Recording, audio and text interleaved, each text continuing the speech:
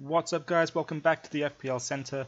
My name's Tom. Hopefully much better audio this time. I've borrowed a little mic from a mate of mine while I'm waiting for one that I've ordered to be delivered. So compared to the last video, hopefully you'll see an improvement there. This is my kind of Game Week 1 preview video, I guess, just looking at my team going into the first game week, talking you through each player, why I've selected them, that kind of thing. Before we get stuck into that, I'm just going to point out a couple of things. The Twitter is on the screen right now. You can find me on Twitter at FPL Centre. Make sure you give me a follow there to keep up to date with everything I'm doing. That would be massively appreciated. Also, the mini league, FPL Centre mini league, has been set up. Got about 100 managers in there right now. I think maybe just below 100. The aim of the league, is just to have a bit of fun. There's no prizes or anything like that. But what I am trying to look at doing is highlighting the top managers in every game week. So like maybe the top 2 or 3 point scorers, maybe a shout out to the top few managers in the league each game week. In the kind of game week reviews that I'm going to be doing, and like I said in the last video, maybe looking at a little bit of a comparison on their team compared to mine, and how they did well or how I did badly, or how I did well and they did badly, that kind of thing. But yeah, just a bit of fun. Like I say, should be interesting to kind of follow along with the league over the course of the season. All that information is going to be in the description below, so if you need the Twitter link, if you need the league code, anything like that, check the description. Everything's going to be down by there. As far as the video today, like I say, Game Week 1 preview, so let's have a look at the team. There we go. Beautiful, isn't it? I love this team. I really do. So yeah, going through, I guess we'll start with the goalkeepers. Why not? We've got Vicente Guaita. I think that's how you pronounce his name. He's going to be my starting keeper Game Week 1. If you have a quick look at his fixtures, you can see here, pretty nice. The only bad game week there being in Game Week 2 against Liverpool. But thankfully, I'll point that out when we have a look at Fabianski. He's going to cover that for us. Starting the season against Fulham away, I know that Fulham have kind of strengthened their team quite well, and honestly I think they're going to do quite well this season. I wouldn't be surprised if they avoided relegation. Kind of lower mid-half, I guess, would be my guess, maybe 13th, 14th, that kind of thing. But yeah, I don't really see them coming into the Premier League and blowing teams away in the way Wolves might. And when I say blowing teams away, I don't mean like they're going to be thrashing teams 4-0 or anything, but winning the occasional away game against mid-table teams, stuff like that newly promoted teams don't generally do, kind of starting the season off. But yeah, I mean, Fulham away seems like a winnable game for Palace. Hodgson had them playing some decent stuff during the kind of second half of last season. They kept good number of clean sheets. It seems as though goalkeeper is an area that they wanted to definitely recruit for and improve upon, with Hennessy making some dodgy decisions and making the occasional mistake over the past couple of seasons. So definitely think that Vicente Guaita is going to be starting Game Week 1. He played the kind of all-important last pre-season game for them just behind their kind of solid back four, which they've also been playing quite a lot in the preseason. So yeah, it seems like he's going to be starting. I like the chances of Palace getting a clean sheet, and if they don't, then I would also imagine he's in line for a couple of save points. Yeah, so he's going to be my starting goalie. And like I say, apart from that Liverpool fixture, then you're looking at Watford away in Game Week 3, Southampton at home Game Week 4, Huddersfield, Newcastle, Bournemouth, Wolves, and then Everton away Game Week 9. So potentially all the way through the first 8 game weeks there, nothing really jumps out to me as being too threatening as far as those fixtures. And if we have a quick look at my second goalkeeper, which is Lucas Fabianski at West Ham, we can see here his fixtures are kind of the opposite. A lot of red there and a lot of threatening fixtures when you look at him playing Liverpool, Arsenal, Chelsea, United and Spurs in the first 9 game weeks. But Game Week 2, remember, was the only one where Palace were potentially going to have a problem against Liverpool, and he's playing Bournemouth at home. So that matches up quite nice. Wolves at home in game week 4 and Brighton away in game week 8, they might be the ones where I look to play Fabianski, and then after game week 9, it kind of makes better reading, I guess. Like it kind of all the greens come into play, and then we can have a look at starting Fabianski on a more regular basis over Guaita. And so I just figure that this rotation, this goalkeeper rotation, stands out to me as one of the better ones. I know that a lot of people out there kind of talk about McCarthy from Southampton and Fabianski matching up quite well. Southampton have been pretty shocking defensively in the pre-season. I'm not trusting them. It doesn't seem as though Mark Hughes has got them playing particularly well or organised particularly well defensively, at least. So I'm going to kind of give Southampton a bit of a wide berth and see how they do before I bring any of their players in. Another one that kind of people have mentioned to me on Twitter is the Wolves keeper Patricio. Obviously, I kind of familiar with him and his kind of record in Portugal. I'm not a massive kind of Portuguese league fan, Liga NOS, but I'm familiar with him, and he's a good keeper, and obviously he plays for Portugal national team, and he's got a bit of a reputation for saving penalties. But I don't know, I just don't trust a Wolves goalkeeper just yet. I want to make sure that they come into the Premier League, see how they do defensively. I think they're going to be okay attacking wise. I can see them getting a few goals with the players they've brought in over the course of the transfer window so far, but defensively they haven't really strengthened yet. They've sold Barry Douglas. I don't know. I'm going to wait and see on that. He's definitely on my watch list, on my short list of keepers that I could potentially bring in. Once the kind of initial fixtures that I've looked at and identified, once they play out, I'll see how it goes. But for now, I'm going to go with Guaita from Palace and Fabianski from West Ham. I think they're probably the best bet, and I'm going to see how that goes. Now, moving on to the defenders, I've gone with 3 premiums and 2 4 mil defenders. Bottom of the barrel price-wise there with Wan-Bissaka and Peltier. Now, obviously, I don't think I need to say too much about Robertson. He's finished the season last year playing some great stuff, obviously with the goal and assist on the last game week. But Liverpool should really, really be probably the best defense in the Premier League this season. I don't know exactly how they're going to figure the rotation of like Trent and Klein on the right hand side, and also Lovren and Matip. They might share a little bit of time, maybe rotate a bit during the Champions League fixtures, that kind of thing. But the players that I see being the kind of most nailed on there, Andrew Robertson on the left hand side and Virgil van Dijk in the centre. Now obviously Van Dijk, he's kind of owned around a similar percentage right now. I think it's about 15% for both these guys. I personally go in with Robertson. I just think he's going to offer that little bit more going forward. He loves to bomb forward down the left hand side, whipping those crosses in, and he's got a great cross completion rate as well. So definitely one that I'm looking at there. I know Van Dijk offers the goal threat from set pieces and that kind of stuff, but over the course of the season, even when he was with Southampton, over the course of the season, he tends to only get like 1 or 2 goals. Let's have a quick look actually. See if I can find this. Van Dijk, there we go. You can see here like 3 seasons in the Premier League, scored 3 goals in his first season with Southampton, and then just 1 and none last season in the Premier League for Liverpool. Obviously, those 2 seasons there, he had reduced playing time due to injury and various other things. So potentially seeing a full season's worth of minutes, he might get the 2 or 3, maybe 4 goals from set pieces, with delivery there coming in.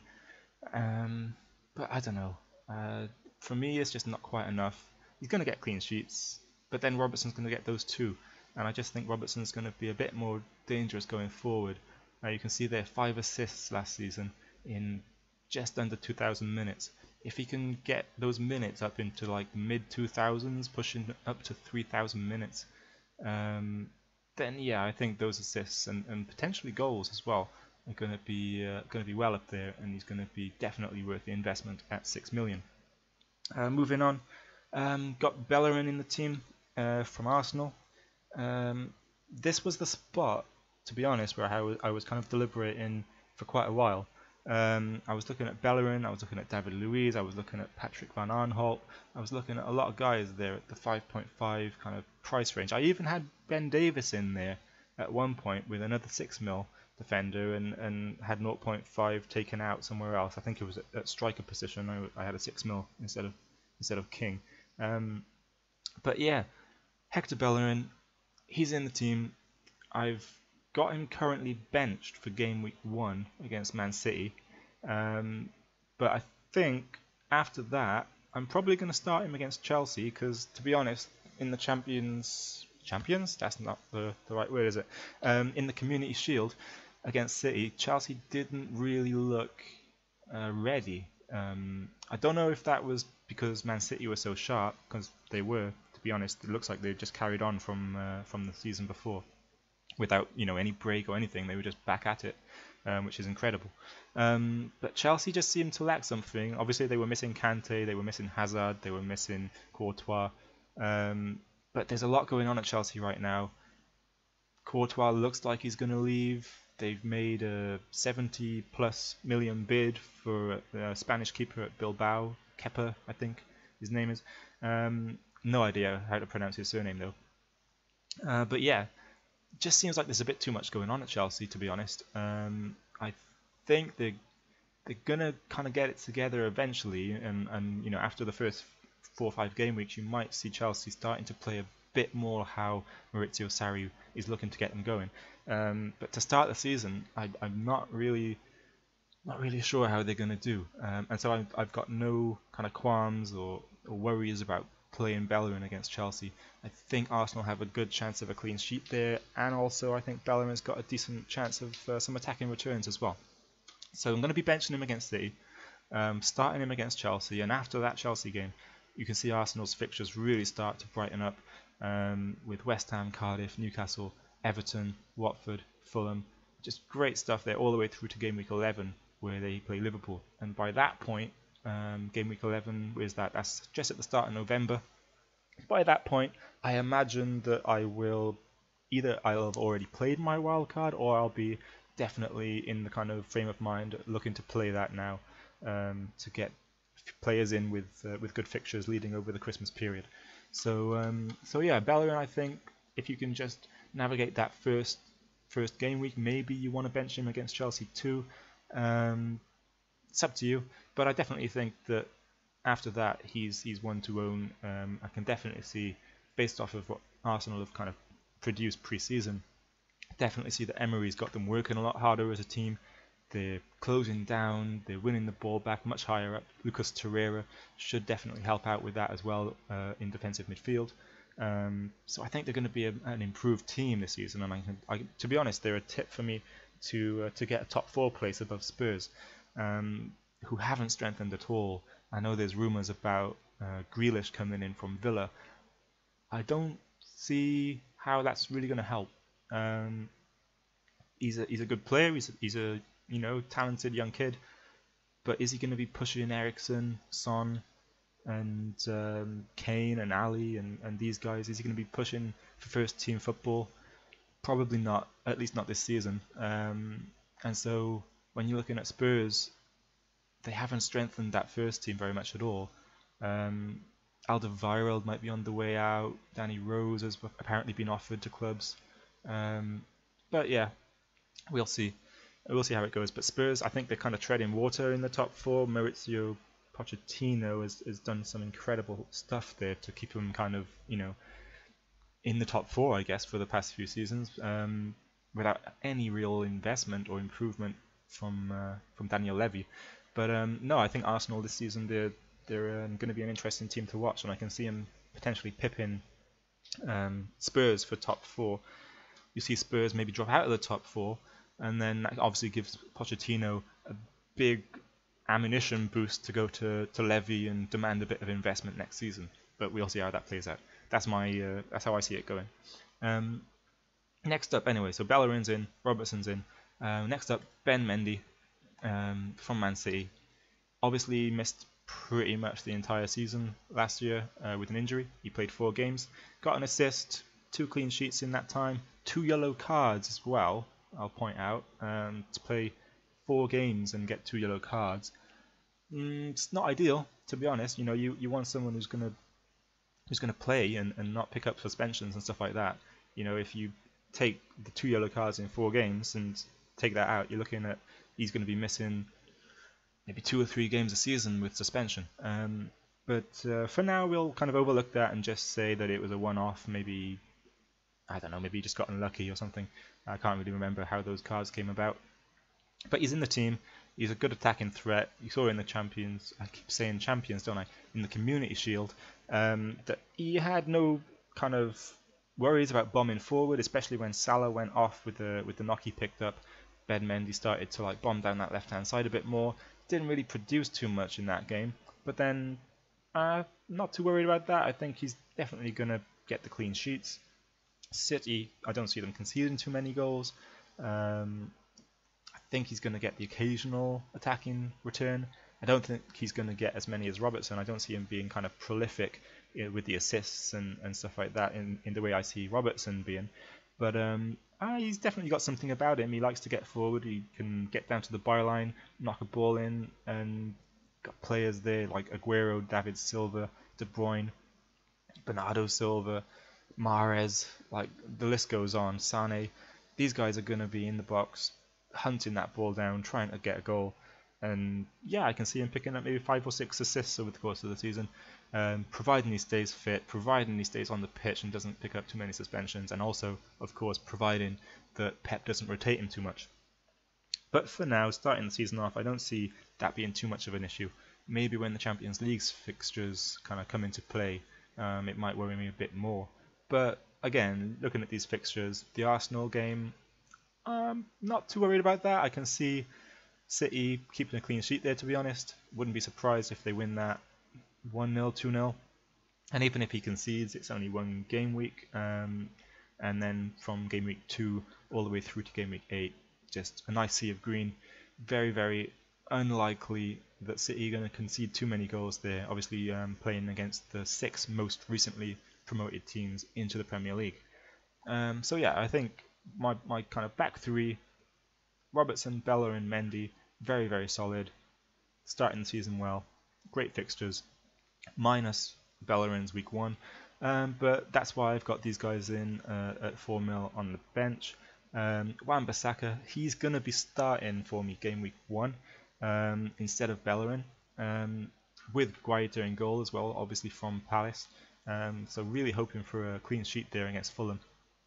He's played, I know he's only 4.0 as far as price goes instead of 4.5. Usually that's a sign that players are not going to start. Usually, if you're priced that low, you're kind of just a bench fodder that's not really going to see much game time. But Bissaka's played pretty much every game for Palace at right back in the preseason, ahead of Ward.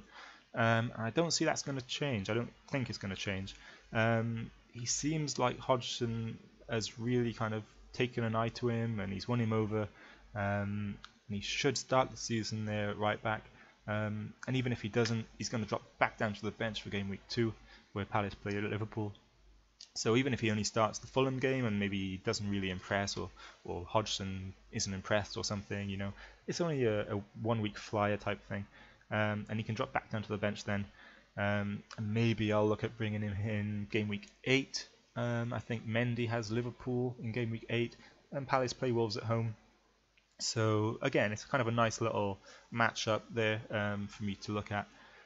Gets me through the first 8 game weeks with my defense intact. And Bissaka, like 4.0 mil, you're not really spending too much, you're not risking too much there.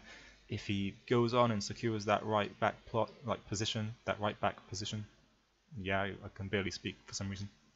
Then yeah, he's gonna kind of be extremely valuable, and he's gonna, his price rise is going to happen with more and more managers looking to get him in every game week. So definitely one to go into the season, at least in the squad, I think, in the hope that he's going to produce and get you some points. My My final 5th spot, Peltier, he's going to be my 3rd sub, basically for the entire season.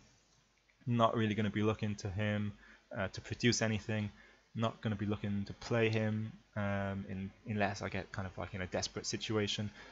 But he's going to play for Cardiff. He is their first choice right back. I am a Cardiff fan, by the way. I'm not just saying this with nothing to go on. I followed Cardiff all the way through the Championship last season. Peltier is our first choice right back. He plays not 100% of the games. I'm not going to say he's nailed on. He plays about 80% of the games. He's 31. He's a bit of a yellow card magnet. He might miss the occasional game with suspension.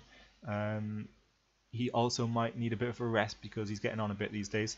But his first choice, Neil Warnock, seems to love him there. He's not going to return you anything attacking wise. He's not that kind of fullback. He's very defensive minded, but he's going to play in most games. So 2 points, providing Cardiff only concede like 1 goal. And we are pretty, we're set up defensively.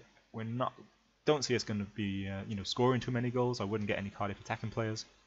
And also, I would say we're probably going to concede more this season than any of the other promoted teams. Even though we are set up defensively, we haven't really strengthened too much. So I think we'll do a respectable job, but we're gonna, we're not ones to kind of target for clean sheets or anything like that. But I'm sure you all know that anyway. He's just bench fodder basically, and kind of desperation starter if I need to. He's going to occupy the 3rd bench spot for me. So that's the defense. I feel pretty good about it. Robertson, Bellerin, and Mendy, the main guys. Wan-Bissaka is going to be the kind of occasional rotation guy if I need to kind of cover a matchup or something like that. And we'll move on to midfield. So, first up, Hudson-Odoi. Again, he's in the team right now. Not expecting to start him or anything like that. He's going to be on the bench. Initially, he's going to be in the first bench spot because there's a good chance that he's going to start game week 1.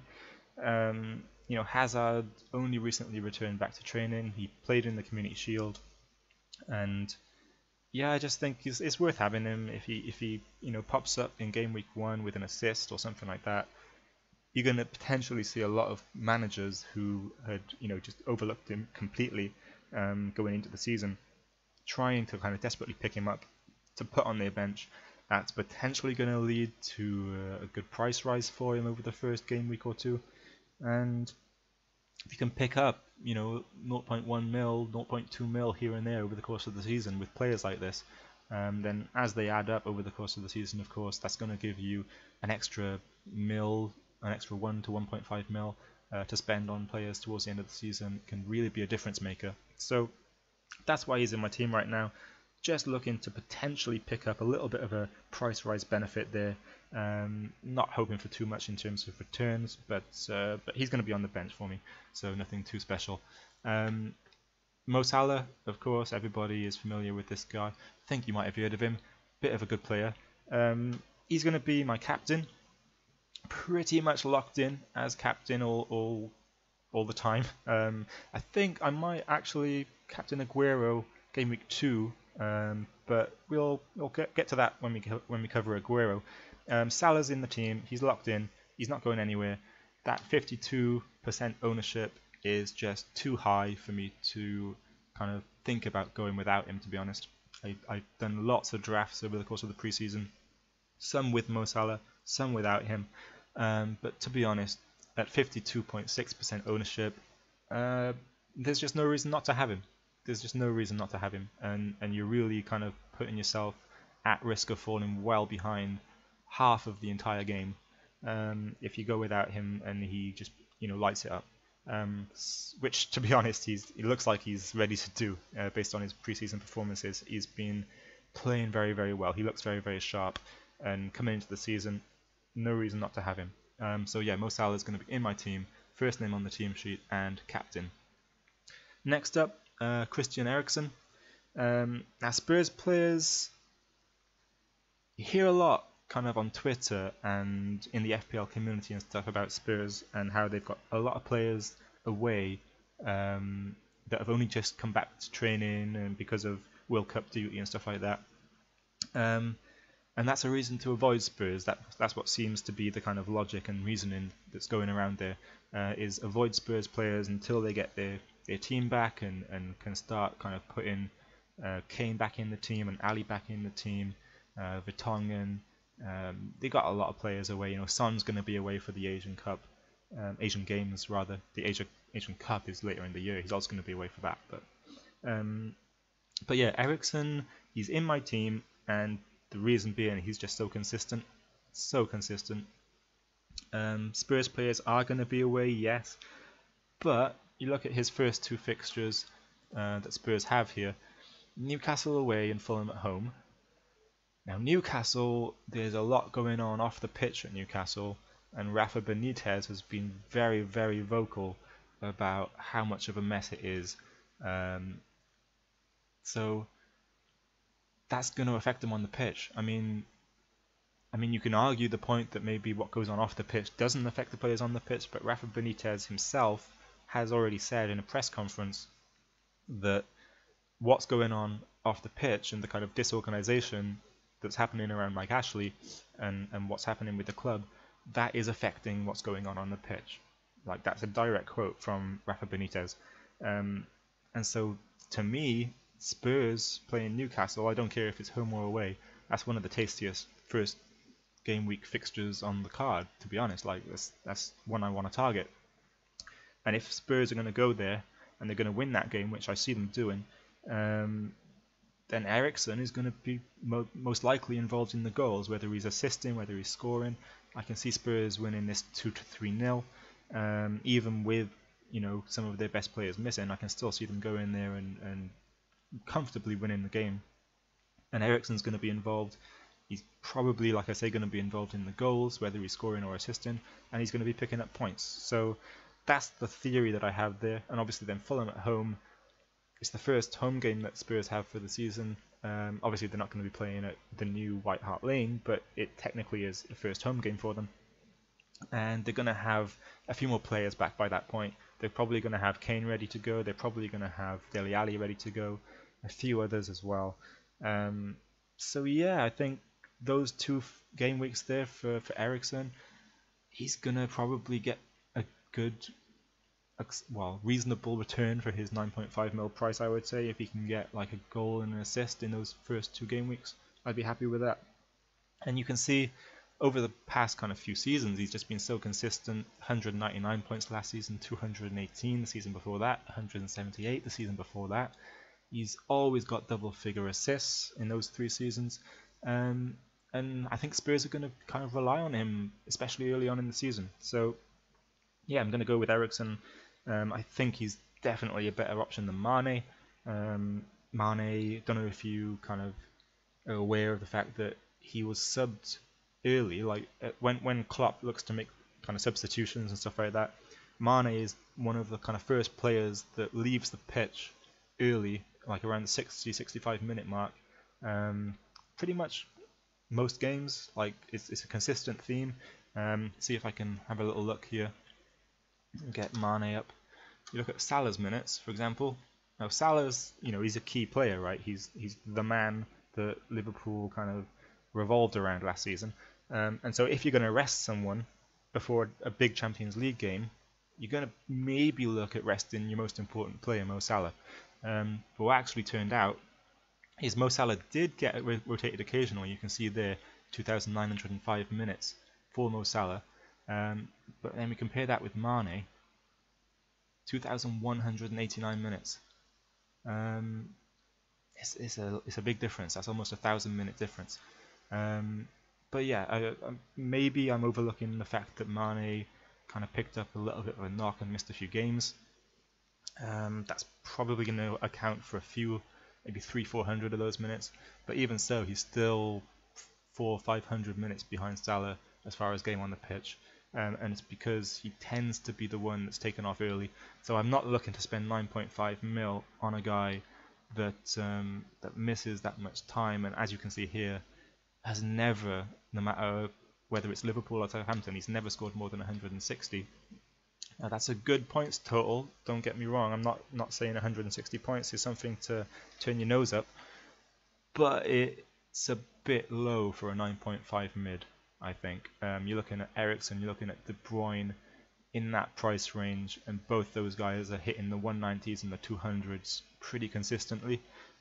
So Mane's one that I'm looking to probably avoid pretty much all season, unless he comes into like the form of his life and is really one that you have to get. But I'm going to wait and see on that.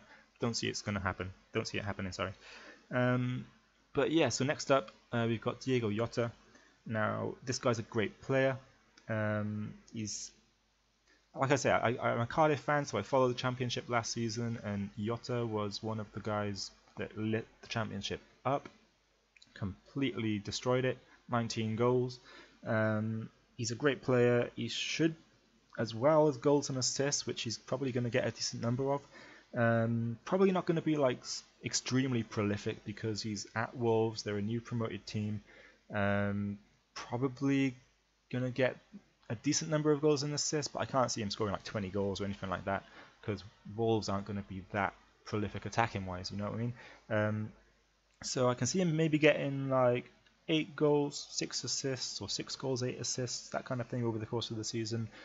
Be enough to get him probably 120 to 150 points, which is great for a 6.5 mil mid. And on top of the goals and assists, like I say, he should be a little bit of a bonus point magnet. He's one of the good kind of passers of the ball that Wolves have. He's great with his ball control. He's very kind of nimble and agile on the ball.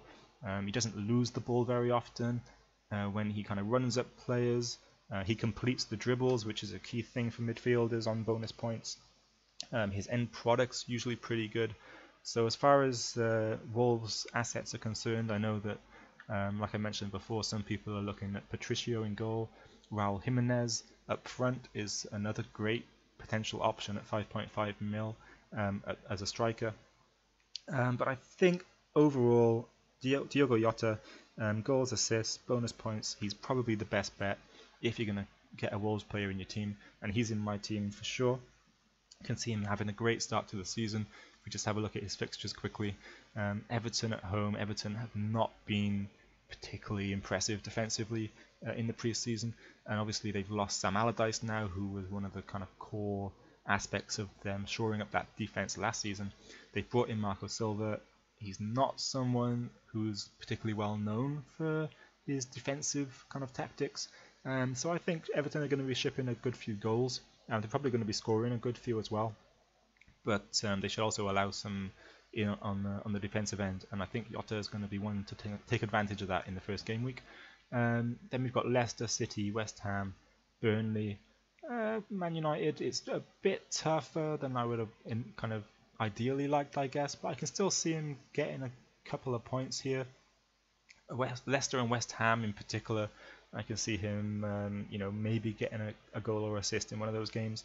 And at 6.5 mil, if he returns some points for me against Everton and then one of those 2 games, that's probably going to be enough until he gets down here to the Southampton, Palace, Watford, Brighton games, where again I can see him picking up another kind of goal and an assist. So if we're looking at 4 returns in the first 10 game weeks, I think that's going to see me through basically. And at that point, we'll kind of judge whether he's worth keeping, whether he's worth transferring out, maybe even looking at a wild card at some point around that time. So I think he's going to be alright. I have kind of been thinking of Richarlison. I'll be honest, if I'm looking at that 6.5 mil spot, Jota is currently my favourite over Richarlison, but it is an option for me to make a direct switch there. If if we look at the game week 1 fixtures or something, and then come Saturday night, Richarlison's maybe blown us all away with a couple of goals or something, and Jota didn't really do much. It's a direct swap I can look at, but I don't see me making that kind of swap really. I'm probably looking to have a bit more faith in my players over multiple game weeks this season. Next up, we've got Bernardo Silva. Now he's in my team. He has been in my team for a couple of weeks. And the reason that he's kind of very secure right now is the quote from Pep Guardiola, which I'm sure you're all aware of by now, is that Bernardo Silva is apparently the first name on the team sheet with 10 other players around him. Now, obviously, that's based on kind of the pre-season performances, the Community Shield performance, and the kind of work he puts in on the pitch.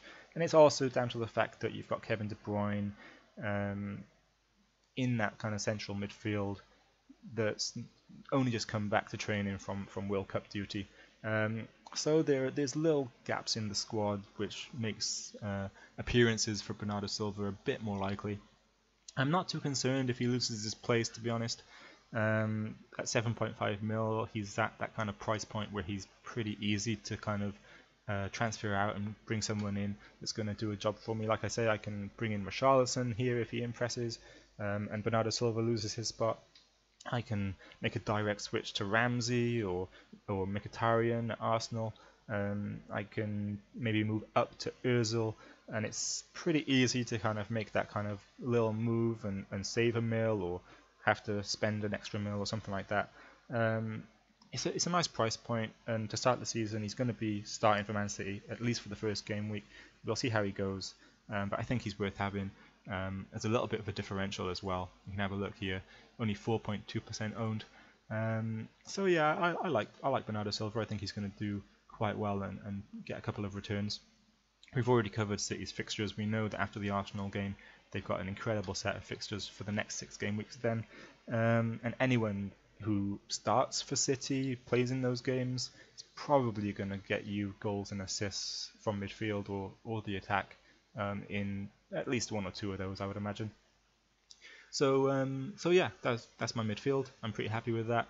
Obviously, Salah and Eriksen are the guys that I'm relying on, kind of to be the most consistent returns there. Jota and Bernardo Silva, if they can chip in with goals and assists here and there, bonus points here and there, that's going to be wonderful. Moving up to the strike force. Now we've got Arnautovic. A lot of people kind of shifted away from him towards Zaha based on fixtures. As we can see here, West Ham starts the season. In the first kind of 10 game weeks there, they're playing Liverpool, Arsenal, Chelsea, United, Spurs, and even the more favourable fixtures, I guess, they're not, it's Wolves and it's Brighton, 2 teams who, at least based on last season, with Brighton in the Premiership and Wolves in the Championship, have pretty solid defences based on their records. Like I said before, I don't think that I'm trusting Wolves in the Premiership to be able to keep that up just yet. So that could be a nice fixture for him. Bournemouth should be a very nice fixture for him. Everton, I've said already, defensively they've struggled. That should be quite nice. And Arnautovic, he's just the kind of player who, even in these big games against Liverpool, against Arsenal, Chelsea, who might still be kind of struggling to find a bit of form. United and Spurs, maybe a bit of a different story by that point. They're pretty tough defenses to face. But even those games there in the first kind of 6 game weeks, I think he's probably likely to pop up with a goal or an assist or something in those games. He's very explosive, very hard to defend against. He's such a big, strong player on the counter-attack. He's incredibly effective. And so, yeah, I definitely think that even with the fixtures maybe not being as optimal, yeah, that's the word, maybe not being as optimal as Wilfried Zaha's, I think he's probably going to at least match Zaha's points, I would imagine, especially if he plays as an out-and-out striker. Zaha probably more likely to be playing as a winger. And obviously Arnautovic benefiting from the fact that strikers get more bonus points for their goals than midfielders do. So potentially picking up more bonus points this season as well. So that's why he's in my team. I think he's going to be a very effective player. And then obviously when West Ham's fixtures turn good, he should really start racking up the returns. And if he can carry that form from last season, he scored plenty of goals in the preseason, so I don't see why not. If he can carry that over into this season, then he's going to be a fantastic player for me. Next up, I'm sure you all recognise this guy, a little man called Sergio Aguero. He's quite good, isn't he? He's quite good. Yeah. Look at those previous seasons there. In the last 1, 2, 3, 4 seasons, He scored at least 20 goals. That's alright. I like that. So he's in my team because he scores lots of goals, basically. And to be honest, like, again, the Man City fixtures, Sergio Aguero, he looked extremely sharp in the Community Shield. The service that he gets from that midfield is just incredibly precise, and I think he's going to score lots of goals. That's basically it. I think he's going to score more than Aubameyang. Personally, I think he's going to score more than Mo Salah over the first 8 game weeks. I mentioned before that Salah's my captain game week 1, game week 2 against Huddersfield, game week 4 against Newcastle, 5 against Fulham. Sergio Aguero is my captain in those 3 games. I don't care what Salah does in game week 1. I think Sergio Aguero is going to be my captain in those 3 game weeks, and I think he's going to score a hat-trick in at least one of those games. I just have a feeling about it. It's not based on anything. I've got nothing statistical to back that up. It's just one of those gut feelings. I think it's going to happen. I'm going to be captaining him in those games, and if it pays off, that's going to really, really work well for me. And if not, he's probably going to score at least 1. so it's going to be okay, I think. But yeah, that's Aguero, obviously in my team for a reason. And lastly, we're going with Josh King. Now, last season was a little bit disappointing based off of his 2016-17 season. Obviously, he scored half the number of goals, a similar number of assists, and kind of considerably less bonus points. But he is a dangerous player whenever he's on the pitch. I remember last season there were multiple times where he broke through against some of the top defenses. Like there was one, I think he was playing Liverpool at Bournemouth. Liverpool won the game. I think it was like 3 or 4-0, something like that. I can't remember right now, so don't hold me to that. I think it was something along those lines. And I remember clearly because I actually had a bet on it. I had a bet that Liverpool would win the game and both teams would score. Josh King was played through. He was one-on-one with Karius, slotted the ball down past the keeper and he hit the post. And obviously Bournemouth went on not to score, and I lost the bet, of course. But he's just like fine margins like that. He's always sharp. He's always looking to make those kind of dangerous runs. He's pretty good in front of goal. He's got a decent amount of composure. Not bad finishing. I think he's going to probably do better than his 8 goals last season. I think he's probably going to see more minutes as well if he stays fit. He should be the first name on that Bournemouth team sheet pretty much every week because he's the kind of most threatening player, to be honest. And if you look at these fixtures, again, we're going with someone who's got a nice sea of green there. Cardiff at home in the first game week. I imagine he's going to get something there. West Ham away and Everton at home. Neither of those teams is particularly renowned for their defensive capabilities. So he's going to probably pick up a little something from one of those. Chelsea away. I don't think Chelsea are looking particularly solid right now, as I've mentioned before. And Bournemouth have a little bit of a habit of turning up in those games where you're playing Chelsea away or something like that, particularly Chelsea. And they tend to have a little go at the big teams when they're away from home, playing on the counter attack. I can see Josh King being very, very effective in that game. Leicester, Burnley, Palace, Watford, Southampton, and Fulham all the way through to game week 10. Very, very nice fixtures. I think he's going to do all right for me. He's in my team, and like I said with Jota at 6.5 mil. He doesn't have to blow the world away, he hasn't got to return hat-tricks every week or anything like that to justify his price. Just has to chip in with a goal here and there, maybe an assist. And if he can do well for me over the first 10 game weeks, like I say, then at that point we're probably looking at wildcard time, and we'll make a decision based on the kind of next set of fixtures and how people are looking in terms of form and stuff like that. So this is my team, guys. It's, as you can imagine, it's done, like I've shown you the fixtures and everything there, it's done with a kind of 8 to 10 week thing in mind. I can make the occasional transfer if I have to, like if Bernardo Silva loses his place. And yeah, I'm pretty comfortable. I'm very happy with it. I love the look of the team. I think there's a lot of points there. Let me know what you think in the comments. Um, Also, let me know who you guys have going into game week 1, how you compare to me, and if you think I'm just, crazy owning someone that you think is just a ridiculous pick, or if you think that I'm crazy because I don't own someone who you think is essential. Let me know. Any feedback on the video is also going to be massively appreciated because, like I said in my last video, I'm very new to this. I'm still getting kind of the hang of using the video recording software and everything. Hopefully, like I mentioned at the start of the video, my sound is much better in this one. Trying to improve the quality every week in terms of like what's on the screen and the sound quality and everything like that. But any feedback, give it to me in the comments. Like I mentioned before, you can find me on Twitter at FPL Centre.